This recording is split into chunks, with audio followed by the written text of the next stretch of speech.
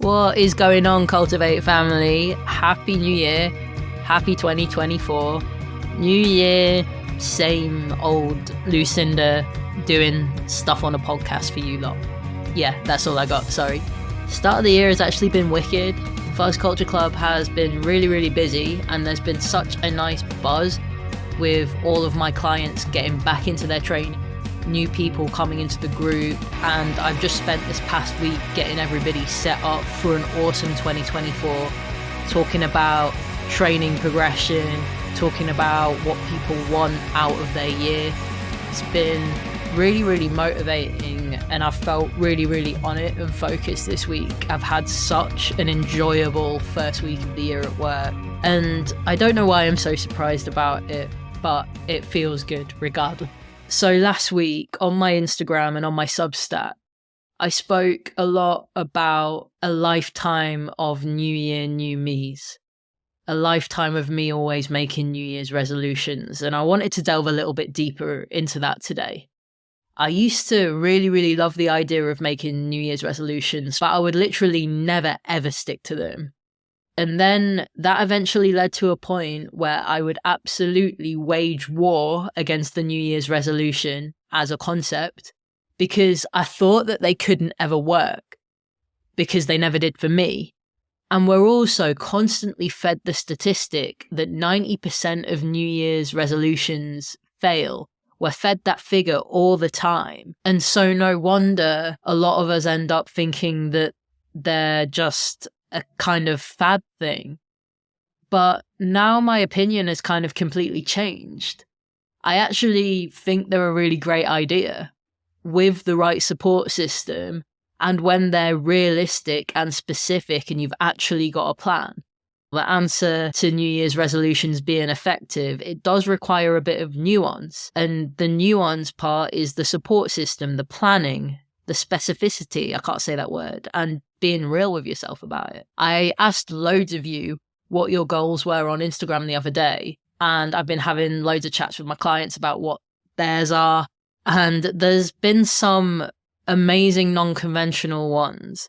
I think one of my favorites was the person that said they wanted to try every single baked good in their local bakery, which I ship that. That's awesome. One came through where someone was saying, I just want to build a content and peaceful life. And I think just the thing that's become increasingly obvious with all of the people that follow me and all of the people that I continue to work with is the fact that we all have this common goal, that we just want to move well and we just want to feel good in ourselves and in our bodies and in our mental well-being. And when I was planning this episode, I started to think about the problems that I had with New Year's resolutions. And the main issue I found was every year I used to fall victim to diet culture, taking advantage of how vulnerable I was and how low my self-esteem often was. I would be really desperate for any sort of quick fix, like a diet pill or a fad diet or a shred exercise plan or a juice cleanse. I was so desperate for solutions and answers. And I also always felt like I had to pursue thinness because that was what was told to me. I grew up in an environment where pursuing thinness was important and the only thing that matters. And obviously now I know far better, but what I never realized at the time is all I actually wanted was to feel better in my body, be a little bit more confident, and find a form of exercise and movement that I really enjoyed. And that had nothing to do with pursuing a weight loss goal or pursuing thinness. It had nothing to do with a juice cleanse. It was way more about how I wanted to feel than how I ever wanted to look. And that was the main problem. And what I didn't realize at that time is I never asked myself how I wanted to feel, ever. I just looked at what society thought was the norm. I also didn't have the knowledge of how to define a goal and make a plan to get to that goal and execute it. I also never had a support system to help me with my health and well-being. And that made me think about that saying of it takes a village, and it very much does. And that's what Fuzz Culture Club is. A couple of other things that I never realized at the time is that flexibility is so crucial. And I always thought in a very binary black and white way and didn't leave any room for error or flexibility. And the last point is that once I decided on a goal or on a vision, I never really thought about it again. I never reminded myself why I wanted that thing, why it was going to make me feel the way it would. And I never reaffirmed that goal to myself, ever. And maybe that's because my goals were always absolutely drenched in diet culture and they didn't mean anything deeper than something on the surface to me. But my God, looking back on that now, so much has changed. So what we're going to talk about in the episode today is how you can set achievable goals in 2024 for yourself with a very simple method, and make sure that all of that is on your terms and aligns to your values. Because I don't want anyone to have to feel like their New Year's resolutions aren't valid or that they won't reach them. Or I don't want them to feel like their New Year's resolutions always have to be related to aesthetic goals like fat loss or pursuing thinness. And there is absolutely nothing wrong with pursuing an aesthetic goal, but it's also nice to think outside the box with this stuff as well. So this is my 5-step method for setting out your goals, mapping them out, making them realistic, and then how you can make them happen. So before we get into it, 2 things for you. I wrote a Substack that goes alongside this episode that has all of the prompts and the format of this goal setting exercise in. So if you head to the show notes, I've linked this Substack and you can find that either during the show or after you listen to it. And all the prompts are written there for you. So don't worry if you listen to this and then instantly forget them all, because that's exactly what I do. And finally, if you're currently feeling a bit overwhelmed or lost, and you do want to make some changes with your health and your fitness this year, but you just don't really know where to start, hit that form in the show notes. Tell me a little bit about yourself. Let's have a chat and I will let you know if I can help you. And if I can't, I will direct you to the person that can, I promise. Okay, let's get into this 5-step goal setting process. So our first step is to actually map out our goals. I don't want you to just have them in your brain. I want you to use a journal or a notes app or a way of writing them down and getting them out onto paper. And the 3 prompts that I'm going to give you for mapping out your goals is: how do you want to feel and why? Who do you want to be and why? And what morals and values are important to you that shouldn't ever be compromised. So going in deep straight away. And this is why we map it out, because often thinking of all that stuff in one instance in your mind, it can get a little bit messy. So really flesh this out on paper, in an app, in a journal. And then once you've mapped that out, I want you to break those things down into more specific goals. What do you want to achieve with your physical health, with your training? And what do you want to achieve with your mental well-being this year? And then final prompt, what barriers might you have to overcome to be able to achieve these things? Because that's another one that we don't necessarily think about when we're just thinking about our vision for the rest of our year in our heads. It's really important to think what might challenge us when we're trying to get to where we want to be. So that is your first step. Number 1, map out your goals. Step number 2 is to then map out the specific actions and behaviors that are going to get you there. So we're taking that wider goal and we're then breaking it up into small actions that we can do every day. So it takes that massive goal in the distance from a dream into something you can really tangibly tick off and chip away at every day. Now, when I say actions and behaviors, you could also refer to these as habits as well. So the prompts for you for step number 2 are: what behaviors do you need to do every day? What actions do you need to take each week? So that might be you want to go to the gym 3 times a week. It might be that you want to drink 2 liters of water every day and you want to aim to get 5 portions of fruit and vegetables in every day. It might be that you want to read 3 chapters of a book once a week. It might be that you want to take yourself on a solo coffee date or go to a yoga class.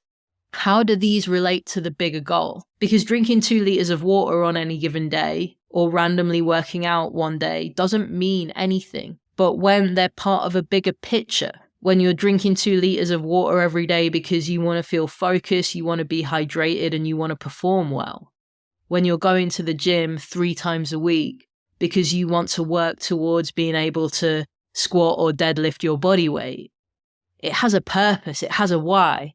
It's far more intentional that way. So when we've mapped out the specific actions and behaviors that we're going to do daily and weekly, the next prompt is, how are you going to keep track of that? Because it's all well and good us saying that we're going to do these things, but keeping track of them is a way to see if we're actually doing them. So there's a few different ways you can do this. A lot of people are a big fan of a paper journal. A lot of people will enjoy using like habit tracker apps.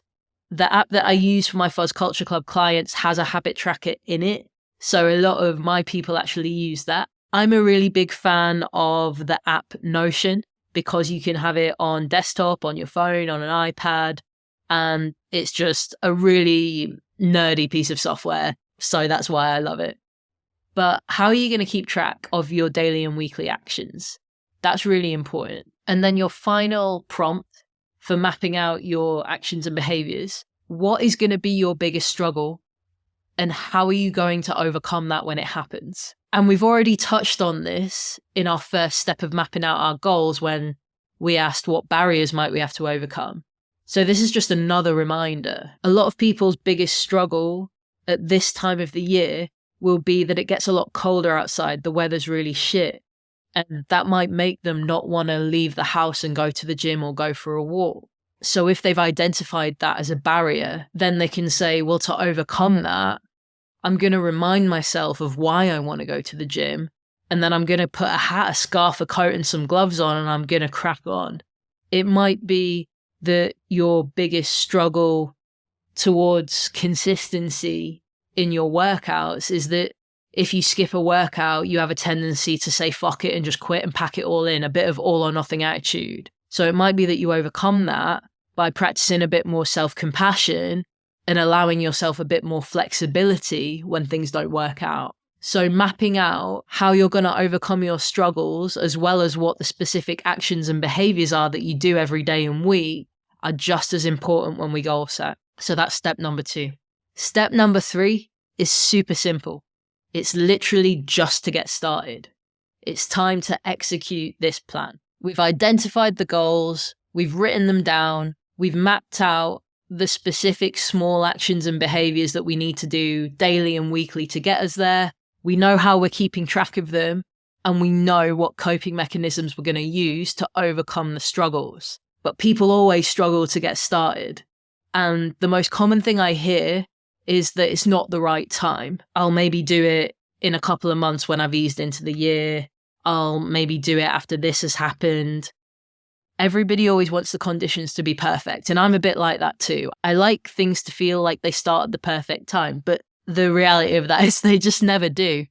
So once you've got that plan, once you've got to step 2, don't wait. Start doing those daily actions and behaviors the second that they are mapped out and written down. Give yourself permission to begin.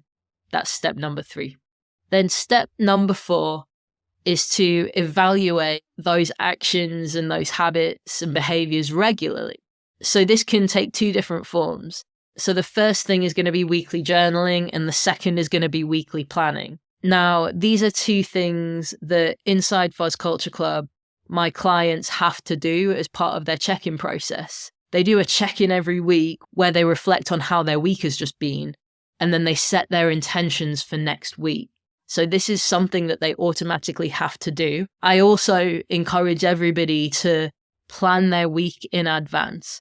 Plan when they're doing their workouts, their food shop, when they're hanging out with their mates. So they're making sure that they're going to have food in their house. Their workout time is accounted for. Their social time, their family time is all accounted for. And some people will feel like it's a little pedantic to plan every little thing. But a lot of us, especially the neurodivergent lot of us, we do thrive off having a bit of a structure.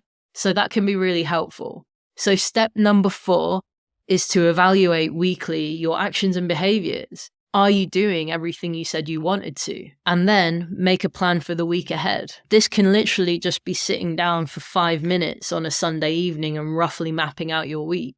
You can spend more time on it, but the bare minimum could just be 5 minutes if you're busy. Then, your final step.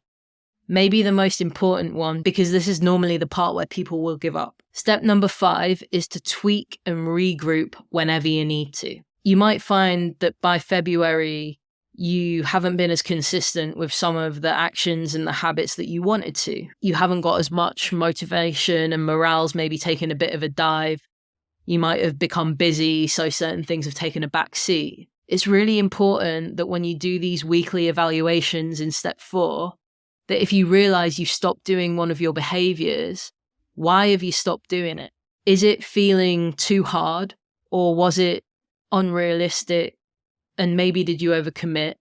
And if so, do any of your actions and habits maybe need to change to something that will suit you better? Being confident enough to say, this isn't working for me, something needs to change, is kind of hard, because you're admitting that maybe something didn't go the way you intended it to. And it takes a lot of courage to admit that you are finding something really hard. So if potentially you've asked loads of yourself and you're feeling overwhelmed or you're feeling burnt out, tweak and regroup instead of giving up. It might be that you feel like you're sailing through everything you said you're going to do every week, and you can maybe take things to the next level. Do you want to progress anything? It might be that you said you were going to do 2 workouts every week and you're finding that that's absolutely effortless now. And your end goal is to do 4 training sessions a week and get really strong. So it might be that you tweak your weekly workouts and add 3 in and then start to progress those. Tweaking and regrouping when you need to is the difference between giving up and carrying on when it gets tough. So that is the 5-step process. Number 1, map out your goals.